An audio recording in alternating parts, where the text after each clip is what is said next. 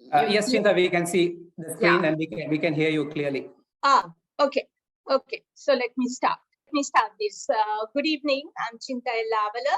I'm from the I worked at the University of Peradeniya and in the medical faculty for a long time, and I've known or I've seen the problems that medical students have had. So let me start my presentation. It's going to be a short one, and right. So I'm going to talk to you about IELTS. That is it's called the International English Language Testing System for short. And it basically tests your ability to study or work where English is the language of communication.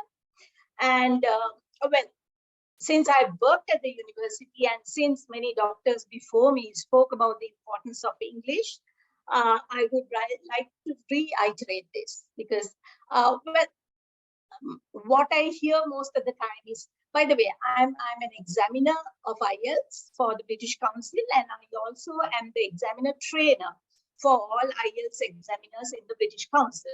So, so I would like to tell you the problems that people have and just give a very, very brief outline of the IELTS exam because in 10 minutes, there isn't much that we can do, right? Okay, so it is the test. It tests your ability to work and study where English is the language of communication.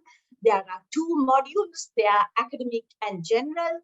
And academic is for those wanting to study abroad, and general is for those intending to work or to live abroad.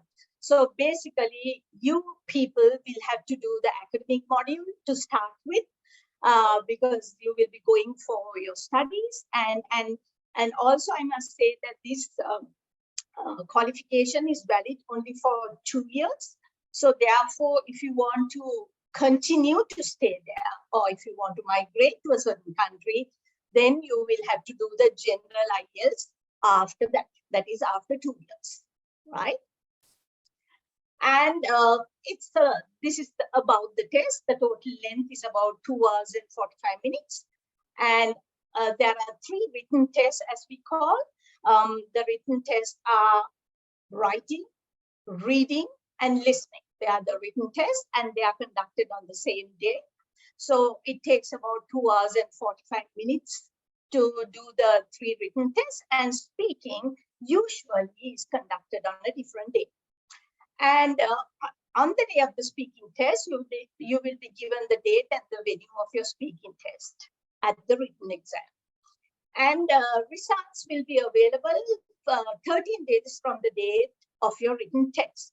But now we have what is called the computer delivered IELTS, that is CDIELTS. And if you are good with computers, you can do that. It is basically the same test, but you have to do the 3 written tests on the computer, and the speaking tests will be done face to face. Now, if you do the computer delivered IELTS, you can get the results in 3 to 5 days. And this would be the components of the test. You have listening, and for academic part or the academic module, you have academic reading and writing. And listening and speaking would be the same for both general and academic. So it would be the same paper. So academic reading would be 60 minutes, 3 sections and 40 items. And academic writing would be 60 minutes with 2 tasks, right? I will speak a little more about each one, right? Let's go on to reading. Not usually, there are 3 passages, which is approximately 1,000 words per passage. So you have to read around 3,000 words within 1 hour, and also answer 40 questions. So what we generally say is, I mean, if your reading is not that, if you can't read very fast, then what we say is to survey the text and generally do skimming and scanning. That is, look at the titles, subtitles, skim the text to identify the main ideas of the paragraph. So that would be skimming, and then scan. After that, you have to scan. I'm sure in the ELTU, you would have been taught how to do these things, skimming and scanning, because you take less time to go through something and get a general understanding of what it is about. So you basically have to do skimming and scanning. And when you do the skimming and scanning, you have to identify topic sentences and the main idea of each paragraph. So you have only 1 hour, so you have only about 1.5 minutes per question. So therefore, you have to read it, read the passages, and then answer 40 questions during the 1 hour. When it comes to writing, there are 2 tasks, and that 2 would be 1 hour. So task 1 would be 20 minutes, and you're basically asked to write it in about 150 words. That would be the minimum. So you can write a little more than that, but make sure that you don't write 300 words when you are requested or when you're required to write 150 words, because that itself, writing something in 150 to 200 words would be a skill in itself. You have to be short and you have to be precise. So that's what you have to do in both the writing tasks. And writing task 2, I'll speak a little more about these 2 things soon. So writing task 2 requires 250 words, and 40 minutes will be given for you to write that. So task 1 would be basically a description of a graph. It could be a linear graph, a bar chart, or a pie chart, or it could be a table, or a map, or a process. So these would be the things. One of these will be your task 1. And you have to write that within, say, 20 minutes. You're given around 20 minutes to do that. If you can do it faster, that's fine. Because if you can do it faster, you can take more time to do task 2, which is an essay, right? Task 2 is usually a discursive essay. That means it talks about a problem, a controversy, or a recent issue. So you have to write the essay based on that. Here, what is important is you have to read the question very carefully. Now, I've been a writing examiner as well. One thing I saw when I was doing the writing examining was that people don't read the question properly. And basically, if they see a couple of words that is familiar to them, they start writing. So you cannot do that. You have to read the question carefully. Then you need to brainstorm for ideas.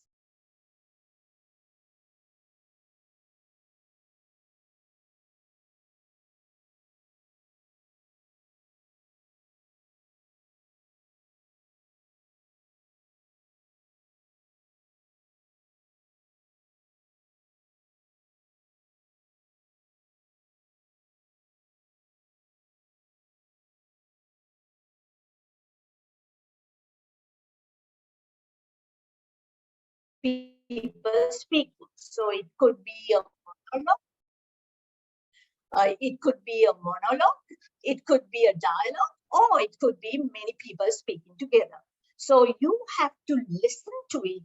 And while you're listening to it, you have to answer 40 questions, right? And these questions can be gap-fill questions, MCQs, labeling of diagram, to name a few, right? So that is what you have to do for listening. Now, in listening, there is another feature. You are given a booklet to do the listening, which has the questions on it. But then you have to transfer these answers to what is called an official answer sheet, which is also given to you. So all the answers that you put on the listening booklet have to be transferred to the official answer sheet, for which you are given 10 minutes. However, if I go back to reading 2, you have to write in the official answer sheet. But you will be given a booklet to do the reading, just like the listening part. But in reading, you're not given this extra 10 minutes to transfer the answers.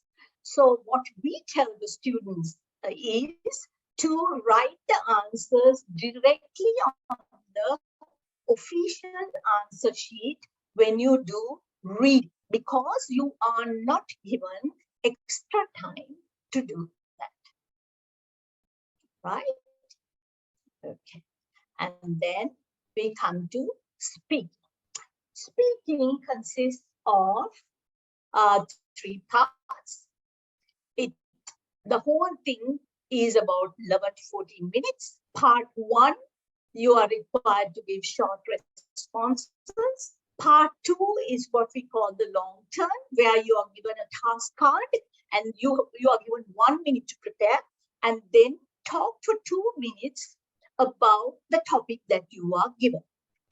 And then at the end of 2 minutes, the examiner will stop you, and then we go on to part 3. And part 3 would be abstract questions based on what you spoke about in part 2. All right. Basically, that's what you have to do. And then video call speaking. Now we have this new thing. This started after COVID. We have video call speaking. So there are certain areas where the examiners don't go to. And we have what is called video call speaking. That means you can go to the test center and then you will be tested on video by an examiner, either from Colombo or Kandy. And now we also have the global speaking video call test, where somebody from the global field will conduct the video call testing for you. So that is available. Now, if you live in, somewhere in Anuradhapura or, whereabouts, this video call speaking is available in Kurunegala. So if you do the test in Kurunegala, you can go to Kurunegala and do your writing test as well as the speaking test in Kurunegala.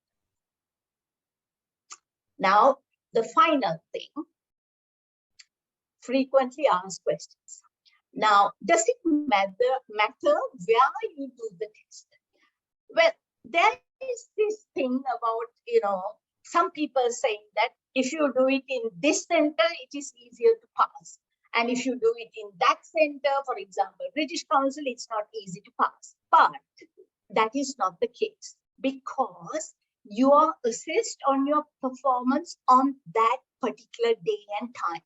So sometimes when we do speaking tests, sometimes we get really, really frustrated as examiners, because we know that the candidate can speak, but the candidate does not speak. So that is a real problem, because we can't go on what we think that you can do. You have to perform on that day. So therefore, you are assessed on your performance on that day.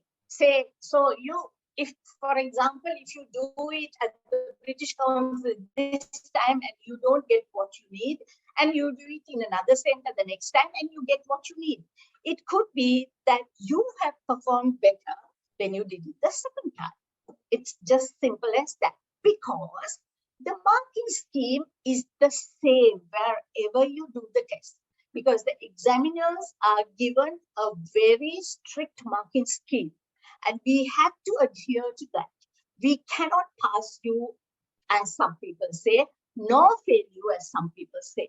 Because the other thing you ought to know is the different components like reading, listening, writing, and speaking are assessed by 4 different people. It's not necessarily the same person.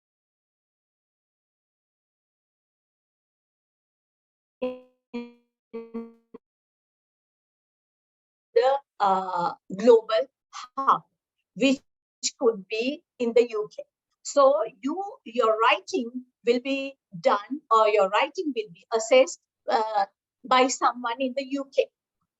And only speak and writing and listening and reading will be assessed by someone in the UK. But only speaking is assessed or tested here. And another question is, can you get band 6 in one test and get 7 in the second test or the next test? Now, this we see very often. People think that if I get 6.5 this time, next time I'm going to get the balance 0.5. No, definitely not, because it depends on the skills you have and don't have. You see, if grammar is your problem, and that is what makes you go down to 6.5, then we are talking about a 6-month grammar course for you to get up to the magic band 7, which is required from medical doctors or whoever is going to do their higher studies in any of these countries that were mentioned about, Australia, UK, US, or Canada, right? So, but if it is the format that you write in, that can be sorted, right? That can be sorted fairly easily. You don't need a lot of time for that. And if it is the vocabulary that you have problems with, or by the way, spelling is also very important in IELTS writing. So if that is the case, maybe that can be sorted in a month or 2. But if it is grammar, it's going to take a longer time. So should I go to IELTS preparation class? It can be helpful, because you need to find out if you don't get the band that you need.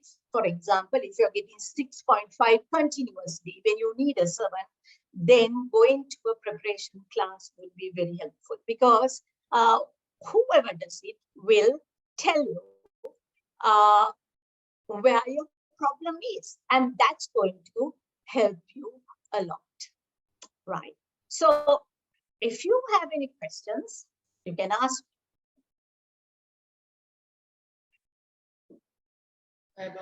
Mrs. Chintha, thank you so much for your valuable time among these so much technical difficulties. You have prepared a wonderful presentation today. Actually, if we have any questions, I will ask the student to put in the chat. So thanks again. It is an honor to have you on our program. So we will be moving to the next session by Mr. Tilak Vehalla. D.A. Vehalla, senior lecturer from English Language Department of Rajaratna University of Sri Lanka. He will be doing on preparation for other tests related to migration. Thank you so much. Right. Parami, thank you, and pleasant evening to all of you, the Dean of the Faculty and senior professors, other members of the academic staff, and Dr. Parami Abeyratna, and my colleague Chintha Ellawala from Perada University. Good to see you after about 10 years.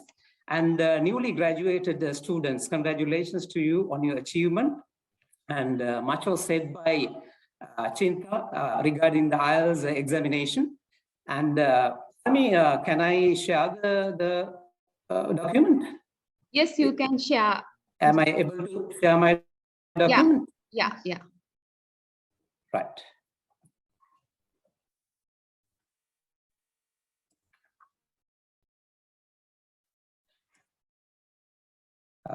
Right. Hope you can see my screen. Right. So Chintha spoke about IELTS, and then I would like to begin with that. So as you can see, IELTS covers more countries and provides better understanding of complex English. So, but here we have a question: which is easier, IELTS or OET? OET is something new for our students, but probably you have heard of this examination. And before I come to this, I would like to tell you in 1981, I did bioscience with the hope of becoming a MBBS doctor, and ended up becoming a lecturer in English at Rajarat University, with which I'm happy because I have been able to teach hundreds of students, and by now about 3,500 medical students and more than 30,000 students in all other faculties. And I'm happy to see Dr. Randhar Ranasinghe and others who are prospering in their careers. So it's this language plays a pivotal role. If you have been listening today, you have been listening to a learned panel of members, and then this language played a pivotal role, and then you cannot deny that. And that's where our students at a certain point face this bottleneck situation. Whether you like it or not, you face this bottleneck situation. Now that you are graduated, and then you cannot go back, and then you need to pursue your career. And for that, you need to overcome all these language barriers. So that's where trainers are available in Sri Lanka as well as in other countries. You have lots of options, and so OET, Occupational English Test, is another option for you. So Chintha might agree with me, say, right? Which is easier, IELTS or OET? To me, both these tests are challenging, actually. Both are challenging tests, but there is an advantage for health professionals in taking up OET, because as a healthcare professional, OET could be the better option because it uses profession-specific content. You are thorough with the jargon, the medical terminology, and therefore you are. But I would not say OET is better than IELTS. It's up to you to select, actually. When my son wanted to do an MPH in UK, in the Birmingham City University, he did IELTS. He sat the IELTS examination. Despite my telling him he did not study, but surprisingly he got 7, band 7. So had he studied further, he would have ended up getting 8 or 8.5, which I believe. But so why we settle for a lower score, actually, when we have the opportunity? So that is my request for my young doctors here, right? So you work hard, you should have a higher goal, so at least you end up something close to that. When you aim at band 9, right, at least end up by getting 8.5 or 8, which is a good thing. So you should not target a lower banding. That's where you fail, actually, as Chintha explained, right? So as you can see here, OET covers 12 areas of healthcare professionals. So medicine, dentistry, nursing, occupation, optometry, and then physiotherapy, and so on. I have not listed all the 12 areas, but then you as doctors of medicine, then you have this opportunity of taking up the OET examination. After sitting the IELTS examination, my son took up the OET in UK during the COVID pandemic period, and he was not successful in completing the examination because he could not focus. So as a result, he could not complete the examination. So to work as a health professional in countries, so OET is one pathway for you. So you can see here, OET comprises four subtests, as in IELTS examination, listening, reading, writing, and speaking. So the durations are given here, right? And so a candidate should score a minimum of a B grade available. So you can